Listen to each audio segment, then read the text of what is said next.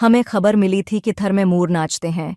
उसकी बस्तियों में अपनी रंगीन झालरें फैलाए टहलते जाते थे और फिर वो शिकार होते गए, हमारी गोशत की दीवानगी के हाथों हलाक होते गए कि हम किसी भी परंद या चरंद को देखते हैं तो उसे रोस्ट शदा हालत में ही देखते हैं।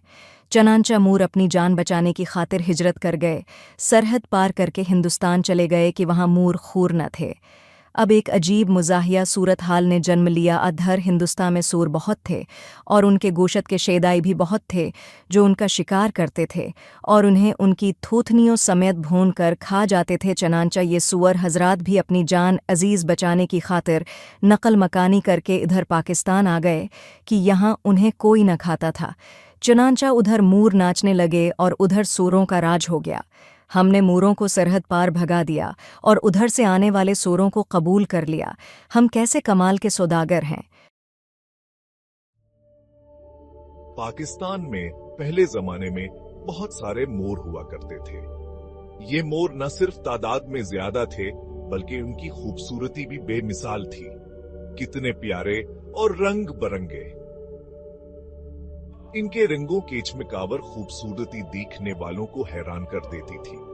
जब भी कोई मोर अपने दम फैलाता था ना, तो ऐसा लगता था जैसे कोई जादू हो गया हो। इनके परों की खूबसूरती और रंगों की बहार दिल को खुश कर देती थी। हर कोई देखता ही रह जाता था। इनके रक्स को देखकर लोग अपनी नजरें हटाने पाते थे। बच्चे तो बहुत खुश होते थे। इनके चेहरों पर मुस्कुराहटें बिखर जाते थे और वह तालियां बजाने लगते थे। और परिंदे वह भी मोर को देखकर हैरान रह जाते थे। उनकी हैरत भरी नजरें मोर की खूबसूरती को सराहती थी। मोर कारकस तो पूरे मुल्क में मशहूर था। लोग दौर दौर से आकर कारकस देखने आते थे। उनके पर इतने खूबसूरत होते थे। अनपरों की बनावट और रंगों की तरतीब दिल को मोह लेती थी। सब्ज, नीले और सोने की तरह चमकते हुए अन रंगों के चमक दिखने वालों को मशहूर कर देती थी। लोगों के ज़रहीनें हटती थी आम पर से। इनकी खूबसूरती और रक्स की महारत सबक को अपने तरफ खींच लेती थी। यह मोर जंगलों में रहते थे। जंगलों की खामोशी में इनकी आवाज गूंजती थी और कभी कभी खेतों में भी घूमते नजर आते थे। खेतों की हरियाली में इनकार कसावर भी खूबसूरत लगता था। इनकी आवाज भी बहुत तेज होती थी। इनकी आवाज सुनकर दिल खुश हो जाता था। सुबह सुबह की आवाज सुनकर ऐसा लगता था जिसे दुनिया अच्छा गुजरेगा। उनकी आवाज में एक खास किस्म की मिठास होती थी जो दिल को भा जाती थी। लेकिन फिर कुछ लोग लालची बन गए। उन्होंने सोचा कि क्यों न खूबसूरत मोरों को पकड़कर बेच दें। उनके रंगीन परों की कीमत बहुत ज्यादा थी और फिर उन्होंने मोरों का शिकार करना शुरू कर दिया। हर रोज वो हंगल में जाते और मोरों को पकड़ने की कोशिश करते। उनके खूबसूरत पर बेचकर वो पैसे कमाने लगे। बाजार में अनपरों की बहुत मांग थी। यह देखकर मोर बेहद डरने लगे। वो हर वक्त खौफ में रहने लगे। उन्होंने सोचा कि अब यहाँ रहना खतरनाक हो गया है। हर तरफ शिकारी थे।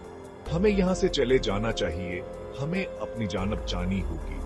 और फिर मोरों ने हिंदुस्तान जाने का फैसला किया। वहाँ के जंगलात ज्यादा महफूज थे कि उनके लिए महफूज जंगलात थे। वहाँ कोई आने का शिकार नहीं करता था। वो आजाद आन्हा घूम सकते थे। और फिर एक करके सारे मोर हिंदुस्तान चले गए। उन्होंने वहां नई जिंदगी शुरू की। अब पाकिस्तान में बहुत कम मोर रह गए हैं। उनकी तादाद बहुत कम हो गई है। जब से मोर चले गए, गांव के रौनकें भी जैसे खत्म हो गई हैं। पाकिस्तान में सूर बहुत ज्यादा हो गए हैं। इनकी तादाद में दिन-ब-दिन इजाफा हो रहा है। अभी सूर हर जगह नजर आते हैं। गांव, शहर, हर जगह का राज है। गलियों में घूमते हैं। खेतों में घसकर फसलों को बर्बाद कर देते हैं। किसानों की मेहनत जाया हो जाती है। लोग बहुत परेशान हो गए हैं। उनकी जिंदगियां जीर्ण हो गई है। उन्हें समझ नहीं आ रही कहानसूरों से कैसे छुटकारा हासिल करें। हर कोई हल ढूंढने में लगा हुआ है। सूअर तो आप जानते ही हैं कितने गंदे होते हैं। उनकी गंदगी से माहौल खराब हो रहा है। उनकी वजह से बीमारियां भी फैलती हैं। बच्चे और बुजुर्ग इस मुतासर हो रहे हैं। लोगान से बहुत तंग आ चुके हैं। उनकी मौजूदगी ना काबिल बर्दाश्त हो गई है। कुछ लोगों का ख्याल है ही सूअर भी हिंदुस्तान से आए हैं। शायद सरहद पार से आए हैं। शायद उन्होंने मोरों की जगह ले ली है। मोरों की खूबसूरती की घा बसूरों की बदसूरती ने ले ली है। अरे वाह, मोरकुए सूअर पाए। अब लोगों को अनमोरों की याद आने लगी है। उनके खूबसूरत रकस की याद आने लगी है।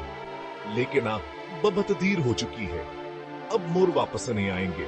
हमने अपनी लालच में अपना एक कीमती अथासा खो दिया है।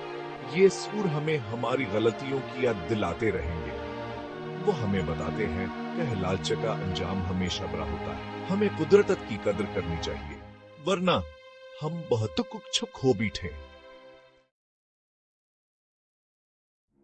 तो दोस्तों, ये कहानी हमें एक बहुत बड़ा सबक देती है।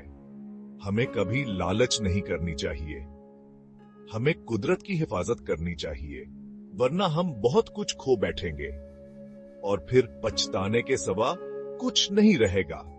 हेलो दोस्तों, मैं हूं आपका दोस्त आजम मेमन। मेरी वीडियो देखने का शुक्रिया। अगर आपको मेरी वीडियो पसंद आई हो तो बराए मेहरबानी लाइक और कमेंट जरूर करें और मेरे चैनल को सब्सक्राइब करना न भूलें। और मैं क्या बेहतर कर सकता हूं ये भी कमेंट में जरूर बताएं। शुक्रिया।